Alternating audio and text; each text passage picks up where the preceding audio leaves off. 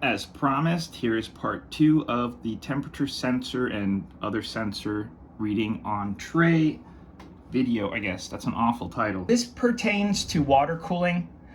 Is the Corsair Commander Pro is what I use. Now you can get one of these for about 40 bucks on eBay, and it gets the job done as far as connecting the 2-wire sensors. I have one in here, and I have one outside for the outdoor ambient temperature, and it has a total of 4 readings as 4 sensor inputs. And as you can see, whenever you do a hardware change, it kind of leaves the spaces in there, and you can probably fix that, but I'm not sure how to do that. So we go down to Corsair CLCP, and you don't actually have to have Corsair iQ for it to recognize this. As long as it's plugged into the USB, it will read out whatever the sensor list that you have. So I only have 2 sensors, and then I have VRM MOS, which is coming from the motherboard, but I apologize for trying to, it sounds way more confusing than it is. But the 2 sensors that it has, this is the outdoor temperature, and you can change the names on this. So you can do rename outside air temp 1, 2, whatever you want to call it. And then I have exit water temp, which was this sensor right here. So that's basically the total output heat of the machine. This is the last portion of the video.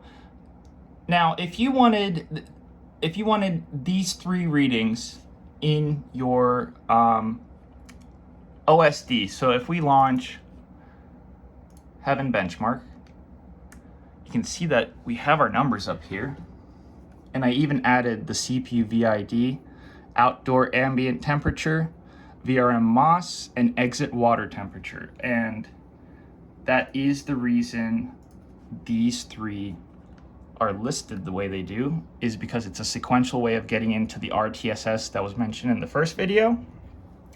And this is what you do to add it to the tray. So let's use a random one. So let's do, okay, so this is 0.302 and jumping around iGPU. So if you right click on it, you can do add to tray.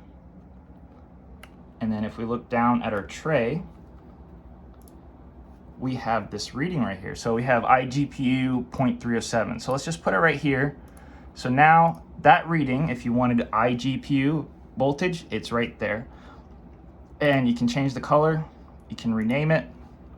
And if we wanted to add iGPU to our RTSS, or our on-screen display, you right click, you go to OSD RTSS settings, and then you hit show value in OSD. And now this is, it may be the same programming or the same brand that made this, I'm not sure, but it's the same method. So it's just show an on-screen display.